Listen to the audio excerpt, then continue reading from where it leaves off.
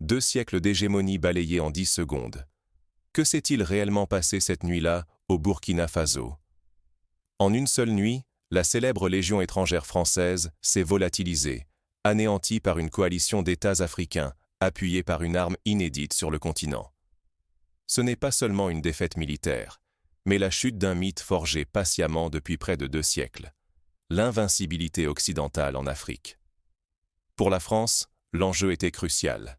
Garder la mainmise sur l'uranium burkinabé, ressource vitale pour ses centrales nucléaires et son économie. Mais en quelques secondes, ce contrôle, considéré comme acquis depuis des générations, s'est effondré.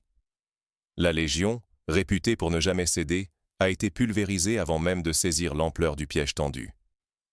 Nul n'aurait imaginé pareille humiliation pour les forces françaises, surtout lors d'une opération clandestine hors de tout cadre légal. Derrière la performance technique, c'est la souveraineté africaine qui émerge, brisant des chaînes devenues insupportables. Désormais, le contrôle des ressources change de main, l'ancien ordre vacille. Mais la victoire s'accompagne d'une lourde responsabilité.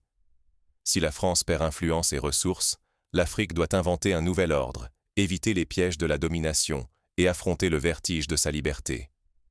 Ce choc ne bouleverse pas seulement la région, il met en jeu l'avenir, la crédibilité et l'identité d'un continent entier.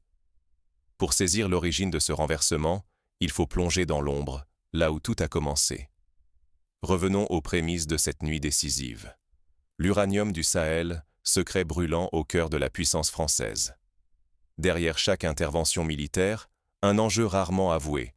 L'uranium, ce métal précieux extrait des terres arides du Niger et du Burkina Faso, alimente la France.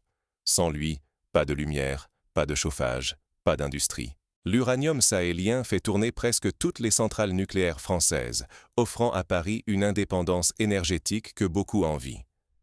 Mais cet équilibre est fragile. Depuis près de 2 siècles, la Légion étrangère veille, des dunes sahariennes aux forêts du Congo. Sa mission, officielle ou secrète, reste la même. Défendre à tout prix les intérêts stratégiques de la France, d'abord l'uranium, fondement de sa stabilité. La Légion, symbole de force et d'intimidation, avance toujours en première ligne. Chaque fois que Paris veut imposer sa volonté en Afrique, c'est elle qui intervient. Car perdre le contrôle de ces mines mettrait en péril tout un modèle national bâti sur l'accès à cette énergie du Sud. La moindre rupture dans l'approvisionnement, une seule mine échappant à la France, et l'économie vacille. Usines à l'arrêt, hiver sans chauffage, crise sans précédent. La crédibilité internationale de l'Hexagone serait brisée. Pour Paris, le Sahel est une artère vitale, bien plus qu'un désert lointain. Mais si la France perd la main sur l'uranium, son avenir s'assombrit. Jamais les enjeux n'ont été aussi élevés. Pourtant, tout bascule soudain au Burkina Faso. La Légion étrangère, invincible depuis des générations, encaisse une défaite qui bouleverse l'ordre établi. Quand la force brute affronte ruse et technologie inédite, l'équilibre se rompt en un souffle. Par une nuit sans lune, la Légion étrangère s'élance, 200 hommes d'élite glissant hors du Niger pour reprendre les mines d'uranium du Burkina Faso.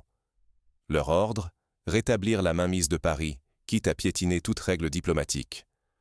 L'opération se veut éclair, silencieuse, implacable. Mais chaque pas français est surveillé. Les services burkinabés, alimentés en temps réel par les renseignements russes, anticipent tout.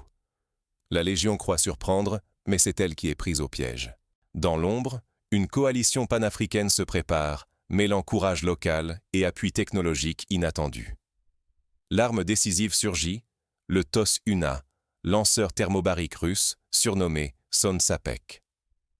Jamais vu sur ce continent, il fait basculer la nuit dans l'horreur. Au signal, une salve de roquettes fend le ciel. Un nuage invisible s'étend, puis l'explosion aspire l'air, broyant toute résistance. En moins de 10 secondes, la Légion est anéantie. Aucun cri, aucune riposte. L'ancien symbole de la peur occidentale s'effondre, balayé par la ruse et la technologie alliée.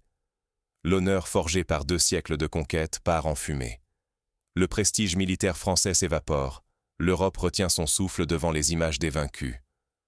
À Ouagadougou, la souveraineté retrouvée se fête. Pour la première fois, l'Afrique impose ses propres lois. Le désastre dépasse la simple défaite. Le Burkina Faso assoit sa souveraineté, Paris encaisse une humiliation totale.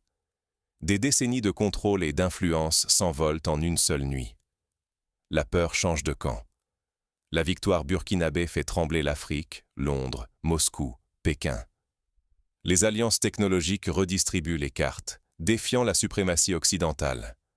Le Sahel devient l'arène de coalitions imprévisibles. Au lendemain du choc, militaires et diplomates saisissent que le monde a basculé. La chute foudroyante de la Légion dévoile un avenir incertain, où la souveraineté s'arrache, mais ne se possède jamais tout à fait. Dans la stupeur mondiale, Paris doit choisir, s'entêter ou repenser tout son rapport à l'Afrique. Mais d'autres ambitions, plus troubles, s'éveillent déjà sur la scène sahélienne. Une victoire qui fait vaciller jusqu'aux capitales occidentales.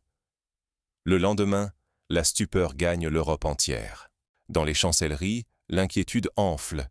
Et si le Burkina Faso devenait un modèle contagieux? Si, dès le lendemain, d'autres peuples africains brisaient à leur tour les chaînes de la tutelle occidentale?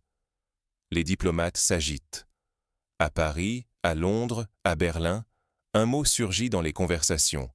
Effet domino. L'émancipation du Burkina Faso ouvre une brèche. Désormais, l'idée que le continent impose ses lois et choisisse ses alliés n'est plus une chimère. Les cartes se redistribuent. Moscou, Pékin, Ankara. L'Afrique se tourne vers ceux qui respectent ses intérêts et non plus vers ceux qui réclament leur dû. La domination occidentale, jadis inébranlable, chancelle. Les certitudes se fissurent. Les mines d'uranium, autrefois propriété française, passent sous contrôle africain, sécurisées par de nouveaux partenaires russes et asiatiques. Paris perd plus qu'une influence. C'est tout l'édifice de sa puissance qui s'écroule. Mais la liberté a un prix. Le chaos n'est jamais loin. L'effondrement du vieil ordre laisse un vide. Sans stabilité, la victoire peut se muer en spirale de violence, règlement de compte ou retour d'une domination inédite, venue de l'extérieur ou de l'intérieur. Groupes armés, factions rivales ou puissances étrangères pourraient profiter de la confusion. Dans les rues de Ouagadougou, l'indépendance devient palpable, mais elle demeure fragile. Fierté et responsabilité se confondent. Le Burkina Faso, comme ses voisins, avance sur une ligne de crête. Un seul faux pas, et tout peut basculer. Le prix de la souveraineté, c'est la vigilance. Pour le continent, l'heure est à la réinvention du rapport aux ressources et à l'autorité. La clé, éviter les pièges du passé, ne pas troquer une domination contre une autre. Le monde entier retient son souffle devant cette aube incertaine. Mais alors que la poussière retombe à Ouagadougou, une question demeure. Comment bâtir une liberté durable sans sombrer dans le désordre? C'est ici que la vraie bataille commence. La véritable victoire, c'est de ne pas devenir l'oppresseur que l'on vient de renverser. Après 2 siècles de domination, la tentation serait grande, pour les vainqueurs, d'imposer à leur tour la loi du plus fort. Mais la souveraineté ne se construit pas sur la revanche ou l'humiliation. La maturité politique commence là où l'arbitraire s'arrête. Dès la première heure, le capitaine Traoré l'a martelé. Libérer le Burkina Faso ou l'Afrique ne signifie pas reproduire la brutalité passée. Il incarne une génération pour qui la force n'a de sens qu'avec éthique et conscience. La victoire n'élève que si elle nourrit la dignité humaine, pas la vengeance. Prendre le contrôle des ressources, forger des alliances, renforcer l'armée. Tout cela n'a de valeur que si cela sert la justice, le développement et l'éducation. Les mines, l'information, la puissance militaire ne doivent pas nourrir une nouvelle tyrannie ou enrichir une minorité. Chaque décision pèse lourd. Le pouvoir grise et l'histoire regorgent d'exemples de libérateurs devenus bourreaux. L'indépendance réelle exige humilité, vigilance et imagination. Il faudra inventer des institutions justes, protéger les minorités, respecter la pluralité, bâtir une école pour la liberté de penser. L'Afrique est observée. La moindre dérive ternirait la légitimité retrouvée et offrirait aux nostalgiques de l'ancien ordre un prétexte pour revenir. L'opportunité est immense, mais la menace du chaos plane toujours. Devenir l'oppresseur, ce serait perdre la souveraineté fragile et le respect du monde. C'est la vraie épreuve. Prouver que la puissance retrouvée va de pair avec la justice et que l'Afrique peut briser le cycle de la soumission. Mais le chemin vers la liberté réelle ne fait que commencer. Les regards du monde restent braqués sur chaque choix, chaque geste. Ce n'est plus une histoire imposée, et si c'était à vous d'en écrire le prochain chapitre? Après 2 siècles d'ombre, la domination extérieure vacille. La chute de la Légion étrangère au Burkina Faso n'est pas qu'une victoire militaire. C'est une faille qui ouvre l'avenir, mais qui fait aussi surgir toutes les incertitudes. Dorénavant, la responsabilité ne pèse plus sur Paris, Londres ou Washington. Elle revient aux peuples africains, aux citoyens, aux décideurs, aux communautés.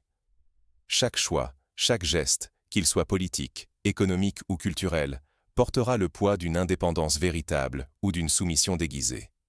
L'avenir du continent ne se décidera plus dans les salons étrangers, mais dans la lucidité collective. Baisser la garde, c'est risquer de retomber dans les pièges du passé, sous de nouveaux masques, avec d'autres maîtres. Être souverain demande bien plus qu'un drapeau. Il faut un engagement quotidien pour défendre la dignité, dénoncer les nouveaux prédateurs et bâtir des institutions justes. Ne vous y trompez pas. L'indépendance ne se donne pas. Elle se conquiert et se protège jour après jour. La dignité collective, les ressources vitales, la crédibilité nationale reposent sur un fil, celui de décisions conscientes et courageuses. Alors, que ferez-vous? Rester spectateur ou devenir acteur de cette nouvelle histoire? Le risque est immense, mais l'opportunité l'est tout autant. Ensemble, une Afrique vraiment libre peut enfin voir le jour.